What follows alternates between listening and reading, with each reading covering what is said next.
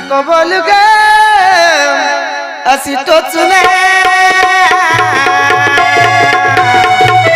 वहिनी माझी आहे देवा समान वहिनी माझी आहे देवा समान नको बोलू ग अशी टोचून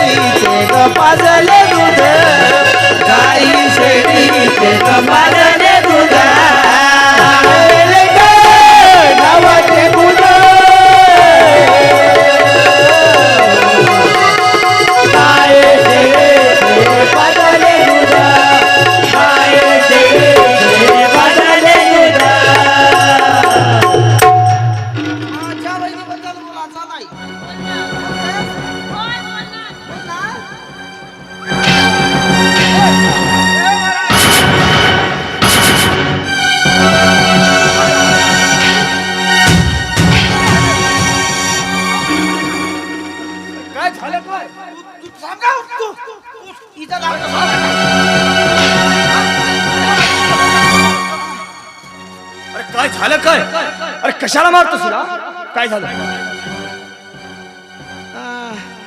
तू कोणा यदि मधामध्ये टिमिक डेंडा उभा झाला अरे वा बरोबर म्हणजे तू मला ओळखलं नाहीस आणि ओळखणार सुद्धा कसा कारण तुमच्या लग्नामध्ये मी हजर नव्हतो ना म्हणून कदाचित त्याच्यामुळे तू मला ओळखला नक्की पण आता माझी ओळख मी तुला हे बघ ही माझ्या मामाची मुलगी माझी मामेबाई आणि मी तिच्या आत्याचा मुलगा आत्तेभाऊ तू कोणाचा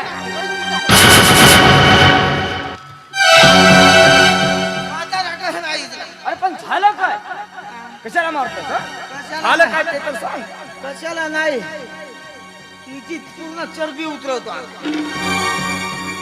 काय तर माझी तरी उतरावा काय झालं काय बरं तू मला पहिलं तुझा परिचय सांग तू मधामध्ये येते भुजाडून उभा झाला आता सांगत तुला मी मी तिचा आत्तेभाऊ आणि ती माझी मामेबाई म्हणजे तू तिचा आते भाऊ आणि ते तुझी मामेबाई मग ते कोण होते तुला कोण होते ते सांगायला लागेल मी कोण काय बर बर बर ते सुद्धा सांगता ती माझी बायको मी तिचा नवरा आणि ते तुझी पत्नी म्हणजे तिचा पती तू त्याची बायको ते तुझी बायको तू तिचा नवरा आणि मी तिचा कोण तू तिचा पती ते तुझी पत्नी